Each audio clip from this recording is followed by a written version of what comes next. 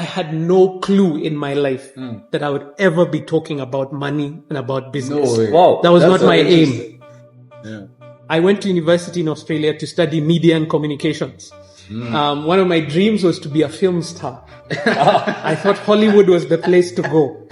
So you wanted to be the male Peter Nyong'o? Yeah, you know what's so funny? Yeah. I was in school with her. What happened in between doing media and going to Centonomy? What was that in between story? Started doing production work and I didn't fully understand the market. So I said, okay, let me get a job. Jumped out again and went back into production work for myself. And one of my customers during that period of time was Centonomy. A couple of years of working together, I saw an ad that they put out, we're looking for trainers. They were all shocked. Yeah. Because the team there knew me as the production guy. But I showed up that day in a suit and tie, and they're like, who is this man? And you're saying something interesting. We all know Thomas Edison. He did 1,000 light bulbs before he was able to make the first one. The question, because it's overlaying my next question, which was in the paper, just out of interest, how do you know when you're meant to stop? There's some people who go 3 years, and 3 years is definitely enough time to know, hey, let me change direction, it's sucking my money. The most honest answer is you can't. However, you've touched on something that I am passionate about, is that most business owners in Africa do not know what the fundamentals of business are. What's up, guys? Welcome to the African Inspired Podcast. Good to be here. My name is Rajiv Sehgal. As Charles has already said, I run a series of restaurants here under the brand name of Mayura and DHABA. And more about me a little later. So, Waithaka Gatumia, I am a financial literacy and entrepreneurship educator. What's up, guys? Welcome to the African Inspired Podcast. I'm here with two wonderful guests, very big guests. And I'm very, very honored to announce two people. Rajiv. I said it correct. Rajiv Sehgal. Rajiv Sehgal is a very big entrepreneur. And Waithaka Gatumia, a very major past CEO and current trainer of multiple people who do finance. Welcome to the African Inspired. And so, I think I can let some of them introduce themselves. Maybe you can start with Rajiv. Hi, good to be here. My name is Rajiv Sehgal, as Charles has already said. I've been in Kenya for almost 12 years now, and I run a series of restaurants here under the brand name of Mayura and DHABA. And more about me a little later in the show, maybe? Definitely. And we're definitely interested to know more because we know African Inspired, which is the name of the podcast. We're here to learn mostly about businessmen, politics, and basically we're here to help you guys also know more about money and how to get to certain positions other people are in. So welcome. So I'll go to Waithaka. Yes. So you can give them a small introduction without me giving you the introduction. Thank you so much. Yes. So Waithaka Gatumia, I am a financial literacy and entrepreneurship educator.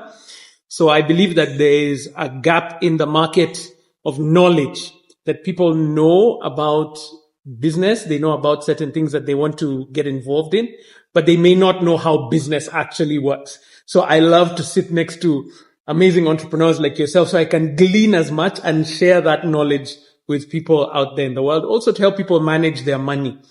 Because you find that even those who are in employment earn money, but they don't know what to do with it.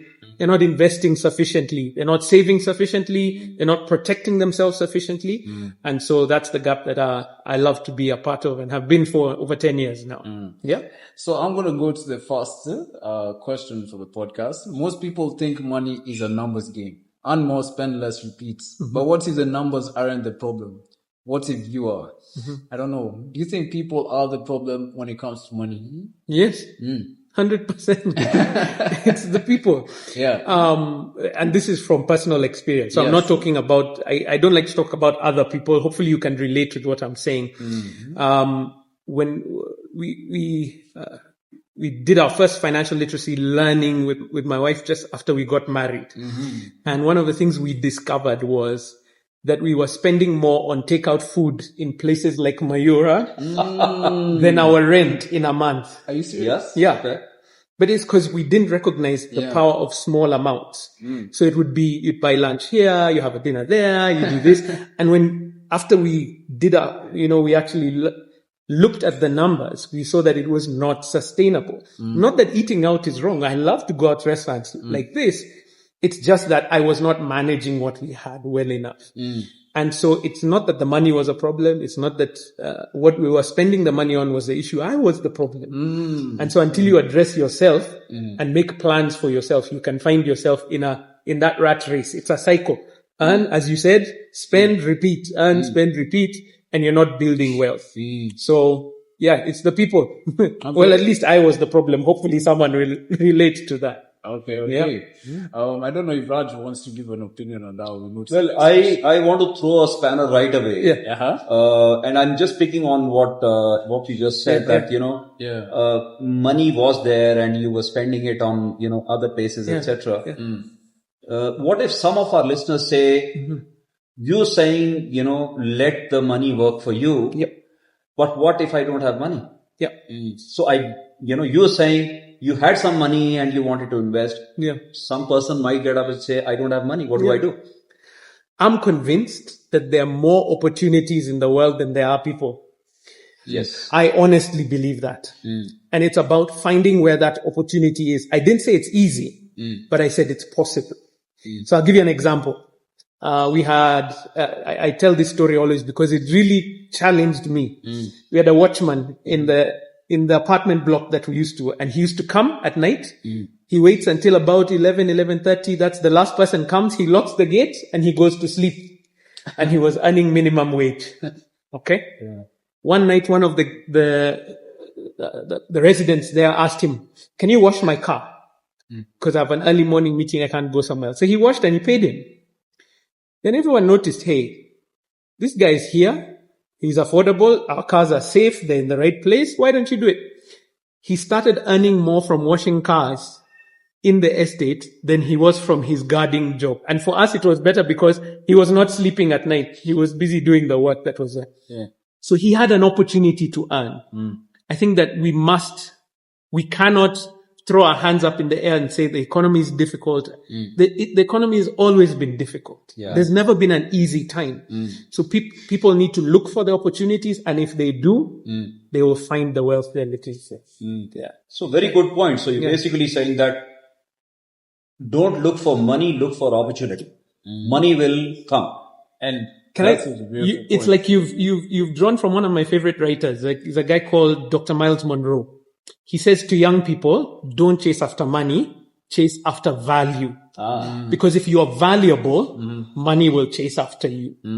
Just think about it from your corporate work. The most valuable employees are the ones who are promoted. Yes. They receive a bonus.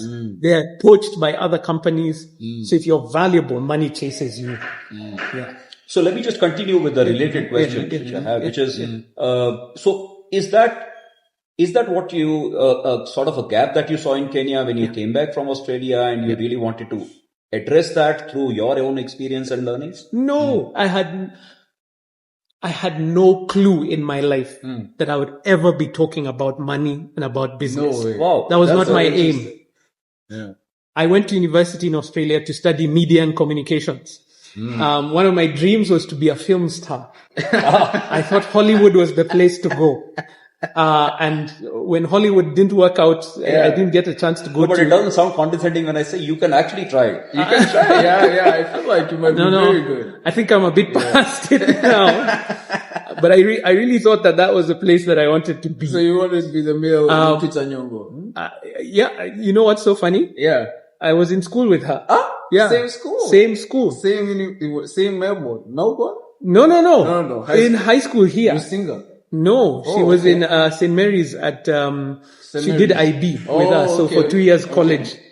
And guess what? Our final musical play at St. Mary's, she was Cinderella and I was the prince. Wow. In that show. So I thought that's the way that I was supposed to go. And I can imagine you seeing her at that position here, and you're like, this must mean something. Maybe I'm actually meant to go. In fact, I'll tell, if you had the time, I'll tell you the story of how I was so depressed in 2013. No. When she won the Oscar, because I thought that's what my life was supposed to be.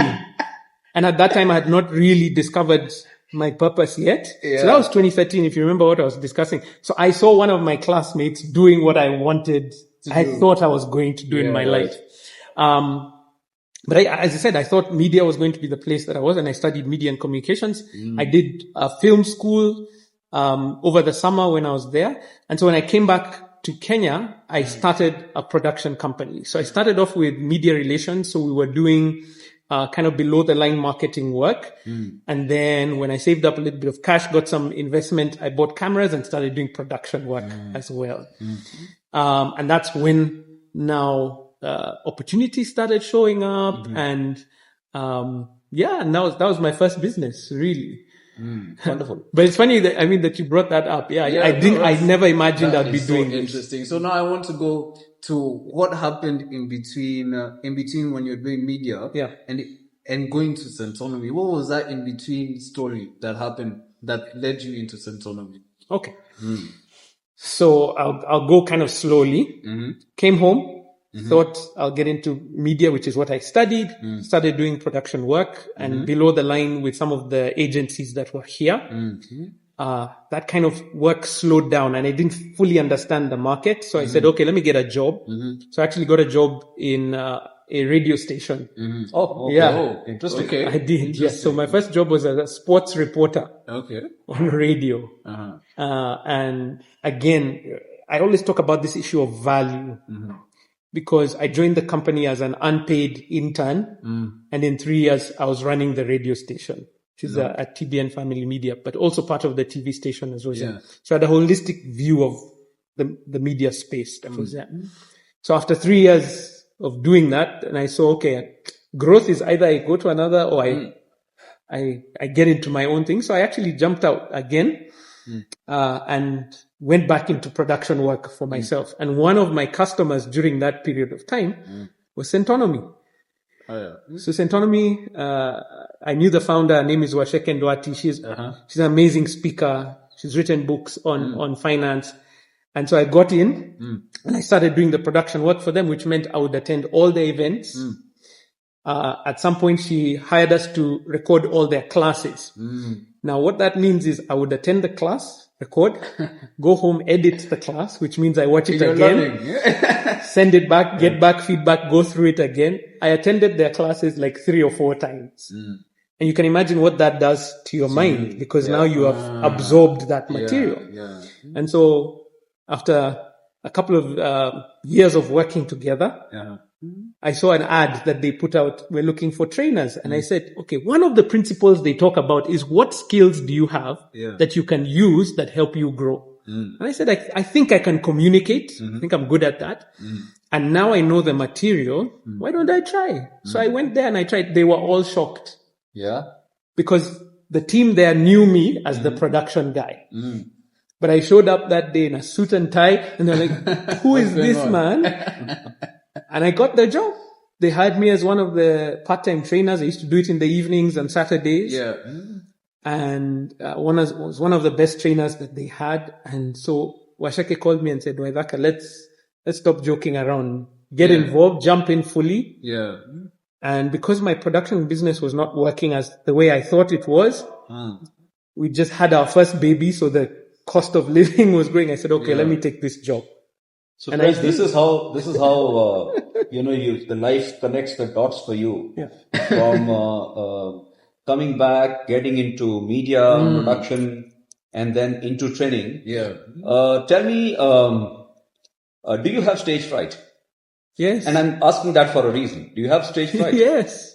So even when you were in front of the camera... The camera can't see, but my leg is shaking behind me. I have to keep stopping it every often. So, which is why I said, my related question is, when you got into training, and you are training an audience, you are technically on a stage. Correct. And doing a performance. Correct. Right? Correct. Do you feel nervous? Yes.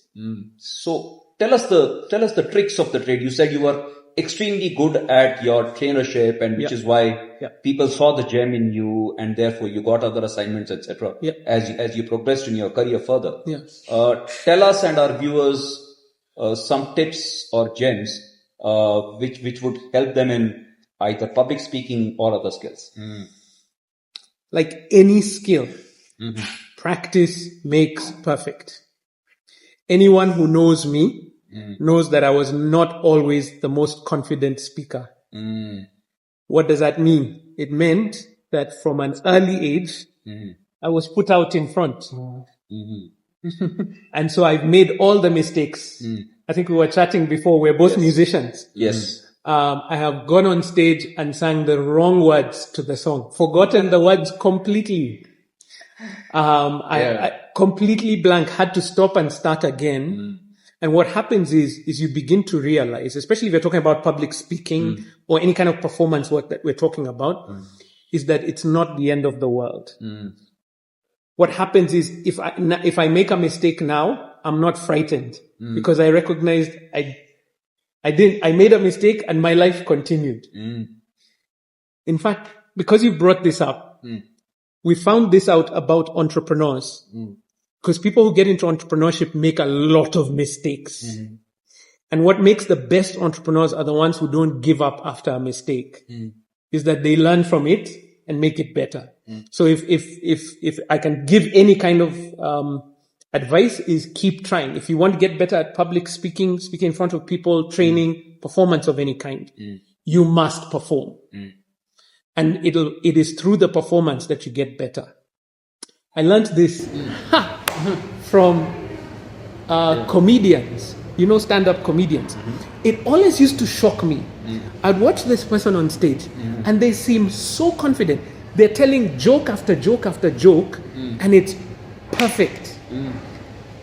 I did not know that they had a process behind that. All these great comedians don't know all the jokes. They go to small clubs and they practice the jokes. And sometimes the jokes don't work. And they know, I'll never tell that joke again. Some of the jokes really work. And they make sure they repeat it. So that by the time you're seeing somebody like Trevor Noah up on a stage for an hour telling jokes, he's been practicing for the last 3 months, got rid of all the useless ones, and got the real ones. So that's how I grew in my training, is that I did it so often. Like I was open for any training. I was sent around Kenya to places I'd never been. I trained in Kisii, I trained in the coast, the number of times I've done it has now made me where I am. So repetition is a key part, and practice.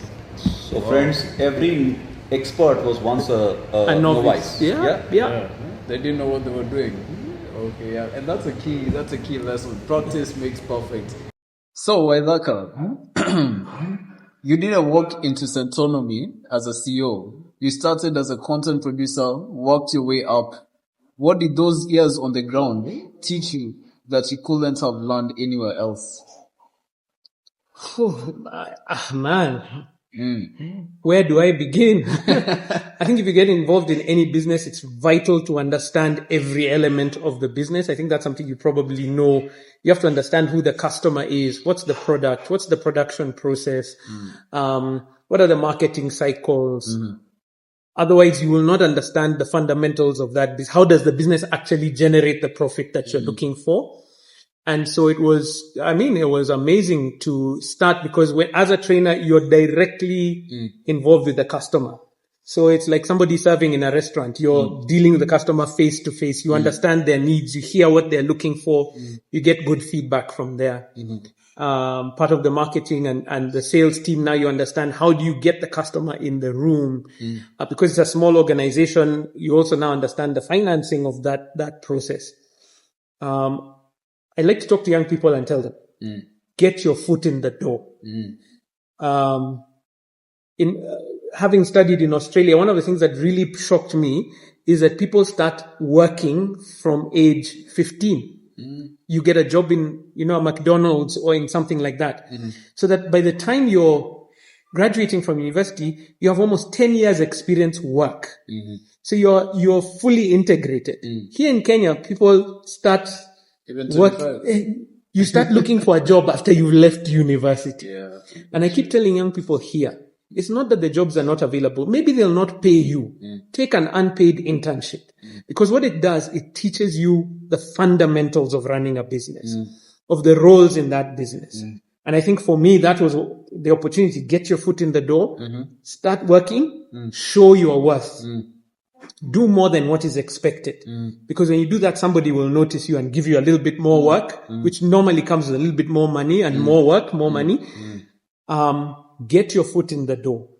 That's what I'd say. It helped me to learn about the fundamentals of the business. Okay. What did it take for you to, even going further on that question, for you to go from the ground in Centonomy all the way until CEO? And funny enough, it was the same thing for your previous company. That was TBN Family Media. It seems like you have a pattern of being able to go from 0 to 100.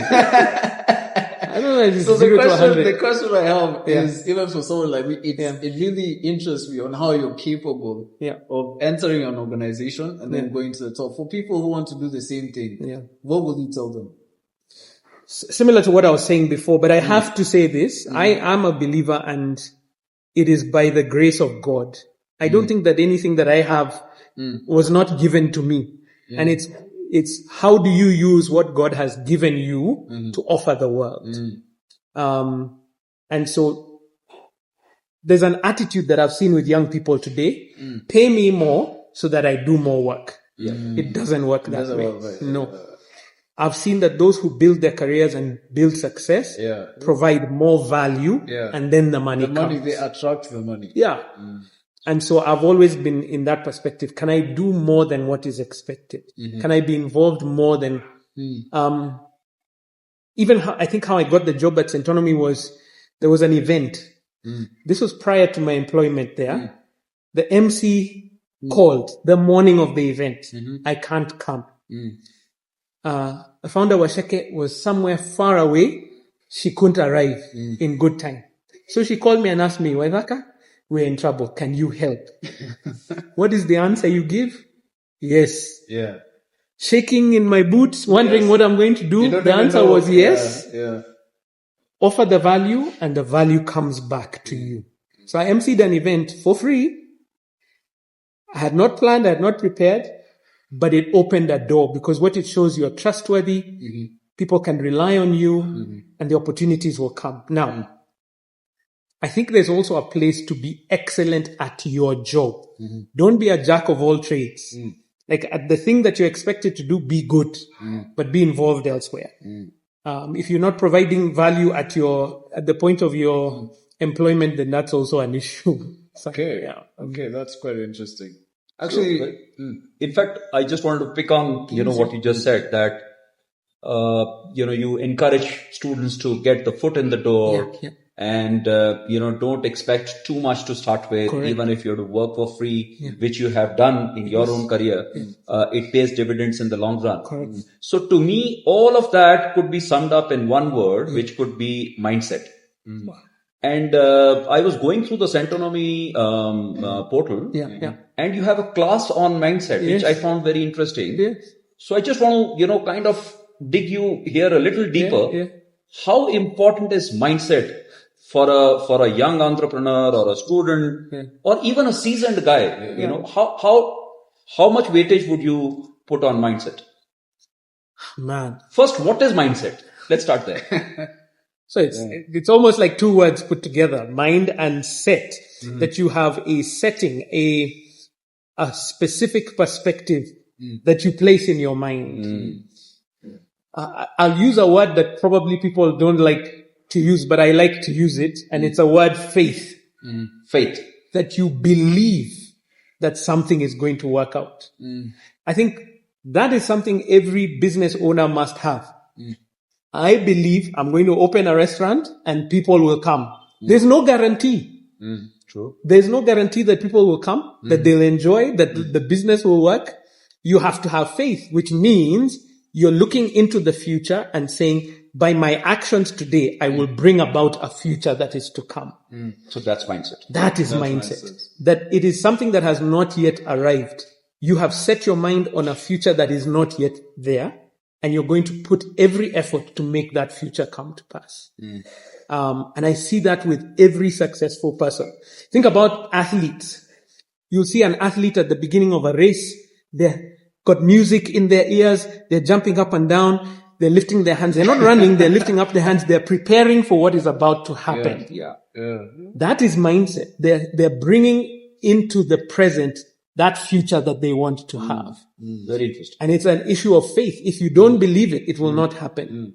If you don't believe that there's an opportunity, you don't see it. If you don't believe that you can open a business and people will come, you'll never open a business, because everyone will say that the market is saturated, the economy is bad. Hey, how many young people say there are no jobs? So many. And looking for and every day I go onto all the job websites and there are thousands of jobs. It just means you're not the person they're looking for. So become that person. So mindset is saying there's an opportunity and I believe I can bring that to pass. And if you walk by faith, you will see the result. So in essence, what you're saying is even manifestation. You have to see it. And I'm not such a huge fan of the whole manifestation, but it's an element of the faith perspective, because faith has to do also with you bringing it to pass using your skills and your abilities. I think there's a laziness to the manifestation story, because it's just somebody sitting at home saying, I'm going to be great. I'm going to be famous. No, go out and work.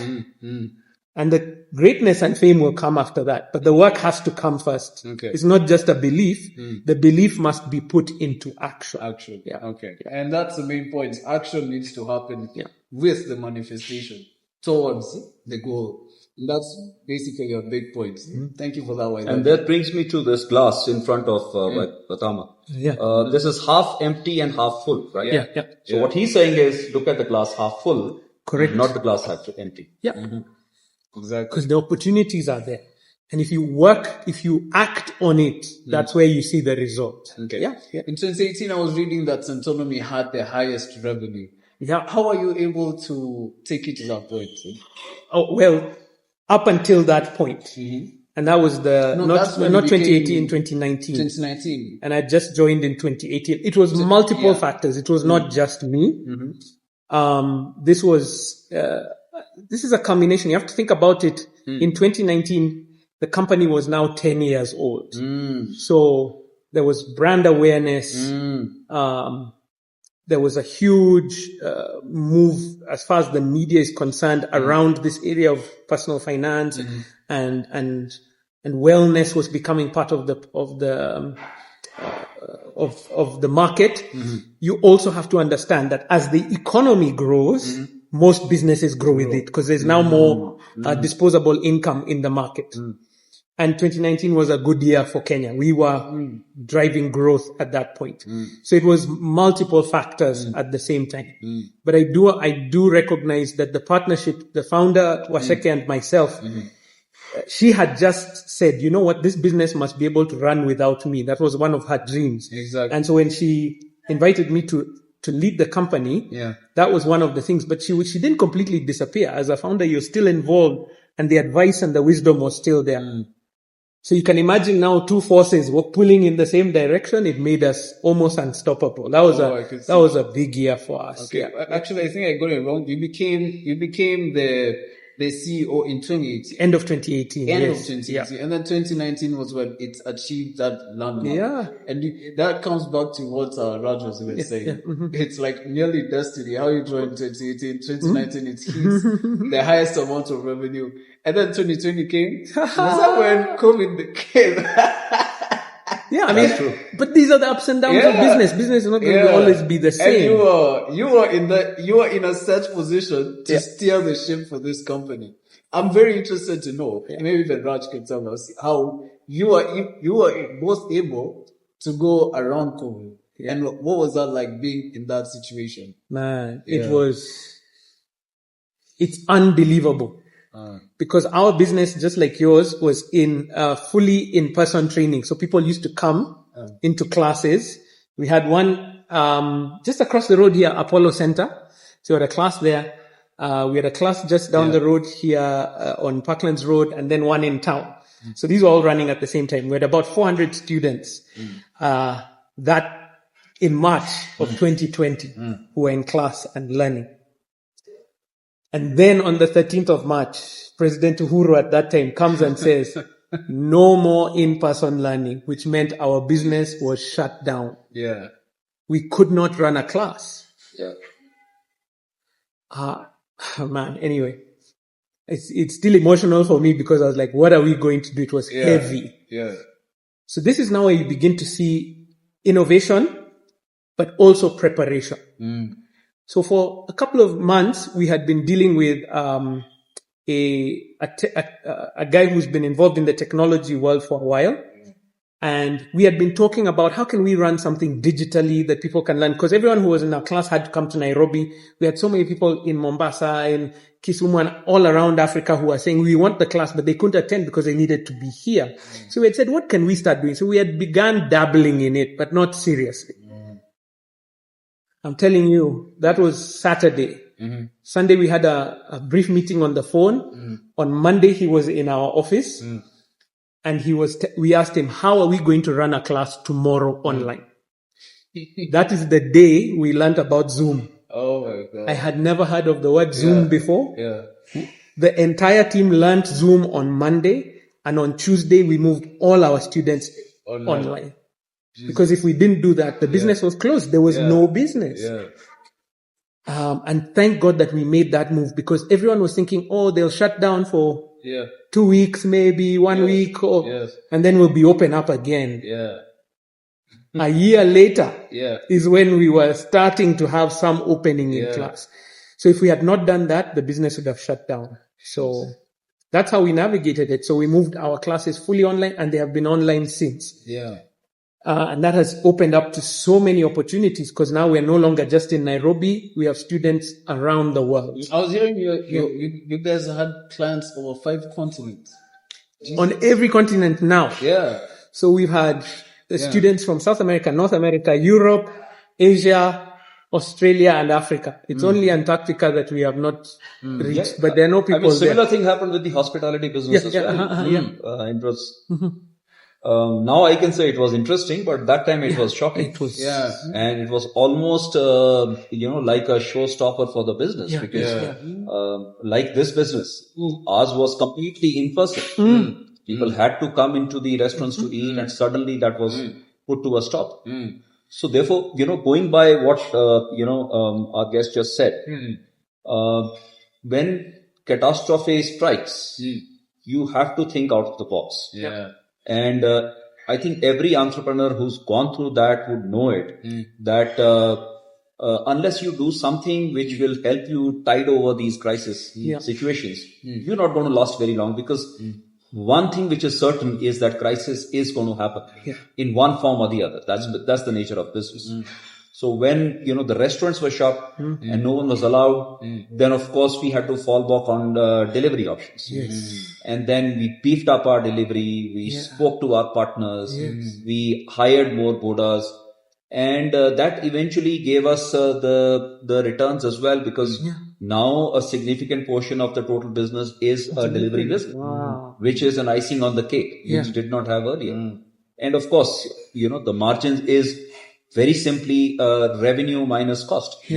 And therefore, when the revenues go down, then you look at how do you reduce or shrink your costs. So some of those things I think do help in the long run, which is what he rightly said. So main point being, you have to be able to adapt to the situation.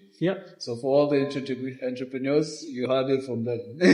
But you still learn from mistakes. So one of the mistakes that I would never repeat is when COVID happened, classes are shut down. We had a huge training center just here at Victoria Plaza, 120-seater space that we were renting. And we continued to rent it for almost a year and a half empty. Wow. What? Yeah. That was a mistake I would never make again. But it was because there was that, we were hoping classes will open. We were hoping. But it also taught me about the power of relationships, because we went to the landlord at that time and we said, hey, look, it is empty. How can we work together? So there was a huge reduction in the rent we were paying, but it allowed us to continue. I probably would not have stayed there. Now with my experience, I wouldn't do that again. But again, it allowed an opening for negotiation. good relationships, and we're still in good relationships till then. Tough times bring out the best in people, I think. Yeah. One of the questions over here that you've written down is if you used to talk about money with your parents, but I'm figuring out after hearing about your entire past that maybe you guys weren't talking as much about money. Or maybe you did, and maybe that's why you were so good at this financial thing. Tell us, were you open with them? Not really. We didn't really talk about money. So my dad was very much career. And he did that throughout his life. So you still learn lessons from that. From my dad, I learned discipline because he was always, my dad never even had an alarm. What? He would wake up physically. He would just wake up earlier than everybody else, leave for work earlier than everyone else and come back later than everyone else. Hard worker. Brilliant mind. My mom had a more of a entrepreneurial side to her. So she tried different businesses. So I'd watch that. We never discussed it. So all this is I'm watching. And we're never really involved. I would see from outside. So that's a good question. No, I think I learned most of the lessons after being a young person. I'm actually curious. And you know, that's interesting because I was reading something the other day about last phones that they observe what all the other guys do. And then they take in all that information and use it. And then use it. I didn't know about that. No, but whilst you were the last one, for the young entrepreneurs that you teach, you're the first one. That's true. That's true. Yes. So when you're working with entrepreneurs, I am curious to know some succeed, some don't succeed. Correct. When they start the business. So in the initial years, what difference do you find in that? You know, those who succeed and those who fail, have you picked up some things that some people get it right and therefore they succeed in the long run. And a few people get it or they make mistakes. Can you throw some light on the difference in these two brackets that you've seen? From my experience, the ones who succeed are the ones who never give up because both fail. I've never met an entrepreneur who started and who has never failed. The ones who've succeeded are the ones who failed and tried again. So in fact, in our classes, we don't talk about, because people give all these statistics about most business, half of the businesses fail within the first year and something like a high percentage, like 80% fail within the first 5. The business may fail, but the entrepreneur doesn't. There's a difference between the business and the entrepreneur. What I found about the entrepreneurs that succeeded, and I think I heard that from your story just before that, is that I tried a business. That one failed, but I tried another one. And then I tried another one. And by the time I got to the second, third or fourth, one of them worked. So I found that the business owners who succeed are the ones who don't give up. That's it. Because failure is part of the process. So friends, the golden mantra, never give up. I think that's what we learn. I think it's good. Maybe it's good to clarify. Because sometimes give up on that business, but not on business as a whole. Because there are some businesses that just don't work or maybe you're too early in the market or too late or the factors just don't work together. Do the maths, work hard at it. If it fails, then say, okay, I've done my best. Move on to something else. Because sometimes people keep doing the same thing and it's not working. Maybe give up on that one and start something different. Whatever you do, give it your best shot. Correct. And then, change course accordingly. Yes. And you're saying something interesting. We all know Thomas Edison. He did 1,000 light bulbs before he was able to make the first one. That's one of the stories. I mean, now the question, because it's overlaying my next question, which was in the paper, just out of interest, how do you know when you're meant to stop? And this is such a critical question because there's some people who nothing was working for such a long period of time. Let's even say 10 years. And then the 11th year is something. It just blew up out of the window. Take the Harry Potter. You know the Harry Potter story. 10 years. J.K. Rowling. That's it blew up. And then there's some people who go 3 years. And 3 years is definitely enough time to know, hey, let me change direction. It's sucking my money. So now, if this person for 3 years who quits, how do you distinguish with that guy with not going to 10 years? Do you understand what I'm saying? Yeah. There's that fine area that how do you know? Can you truly even know? That's my question. So I think the most honest answer is you can't. Remember I said this thing is a work of faith. Yeah. You have to believe. Yeah. So you can't know 100%. However, you've touched on something that I am passionate about. Is that most business owners in Africa do not know what the fundamentals of business are. They think that if I create a water bottle, put water in it, and sell it, the water bottle and the water in it cost me 50 shillings, and I sell it for 100 shillings, I am in business. You are not. Yes. That is not the fundamentals of a business. A business is one that is able to generate enough revenue to be that the revenue is more than the operational costs of that business on a monthly basis. You've passed what we call break even and you're actually entering into profitability. That is a business. Selling a water bottle is not a business. Selling a water bottle over and over again at a profit is where business is. And when you're able to do the mathematics of the business, which is looking at what we call a profit and loss or an income statement, and you see consistently loss making, then maybe you need to consider that business. Because it's eating the stock. Right? Yes. But if you are kind of near the break-even point, kind of getting there, and maybe there are some points, maybe you want to try a little bit longer.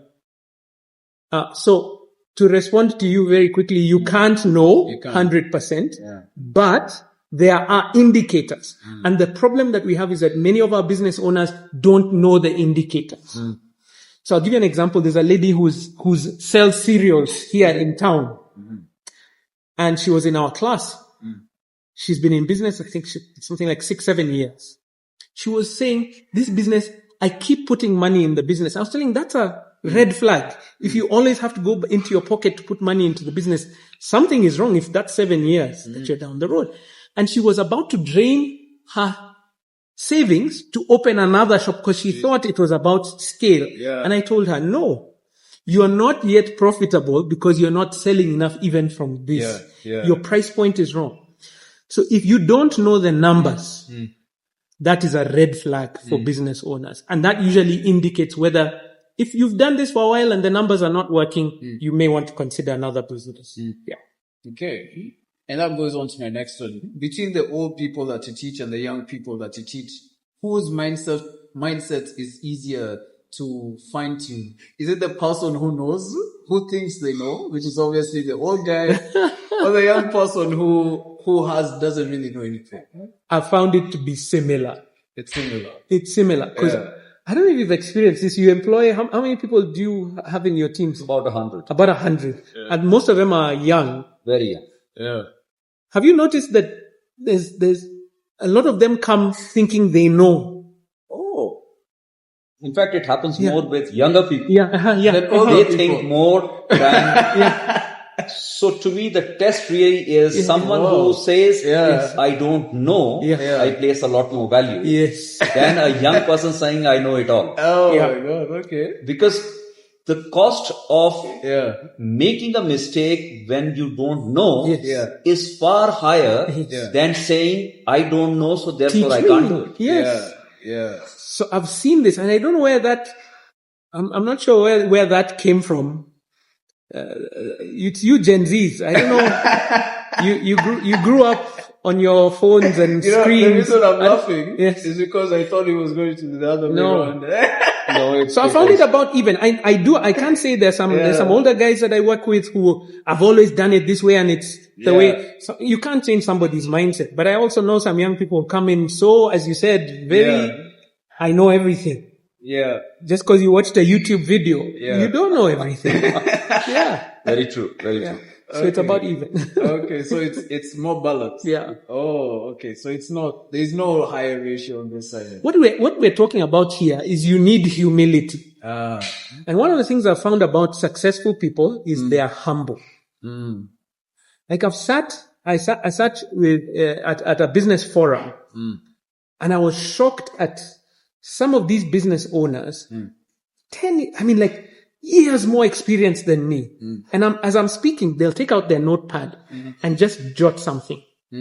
They had never seen it like that before. They had thought something.